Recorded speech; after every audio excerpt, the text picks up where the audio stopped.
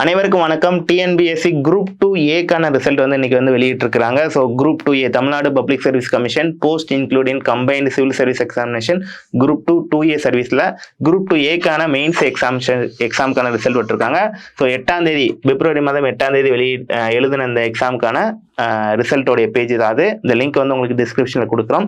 So உங்களோட register number, date of birth, இந்த captcha கொடுத்தீங்கன்னா உங்களுக்கு ரிசல்ட் பேஜ் ஓப்பன் ஆயிரும். ஸோ உங்களுக்கு ரிசல்ட் பேஜ் இப்படி தான் ஓப்பன் ஆகும். உங்களுடைய மார்க்ஸ் பேப்பர் 1, அதாவது காமன் தமிழ் எலிஜிபிலிட்டி டெஸ்ட்ல பார்த்தீங்கன்னா எவ்வளோ மார்க் எடுத்திருக்கீங்க அப்படிங்கிறது வரும். பேப்பர் 2ல நீங்கள் அவுட் ஆஃப் 300க்கு எவ்வளோ மார்க் எடுத்திருக்கீங்க அப்படிங்கிற விஷயம் வரும். டோட்டலாக நீங்கள் எவ்வளோ மார்க், உங்களுக்கு பேப்பர் 1 பார்த்தீங்கன்னா கன்சிடர் பண்ண மாட்டாங்க.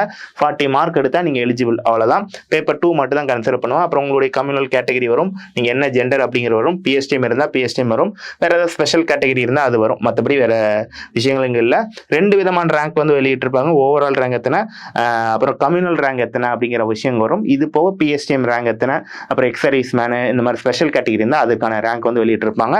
ஸோ இதை பொறுத்து நம்ம ஃபர்தராக அடுத்து நமக்கு இருக்கக்கூடிய அந்த 1900 வேகன்சிஸ் இருக்குது தெரியுமா. ஸோ அதில் நமக்கு கிடைக்குமா கிடைக்காதுங்கிறது அப்புறம் நம்மளுடைய போலிங்கில் நம்ம பார்க்கலாம். தேங்க்யூ.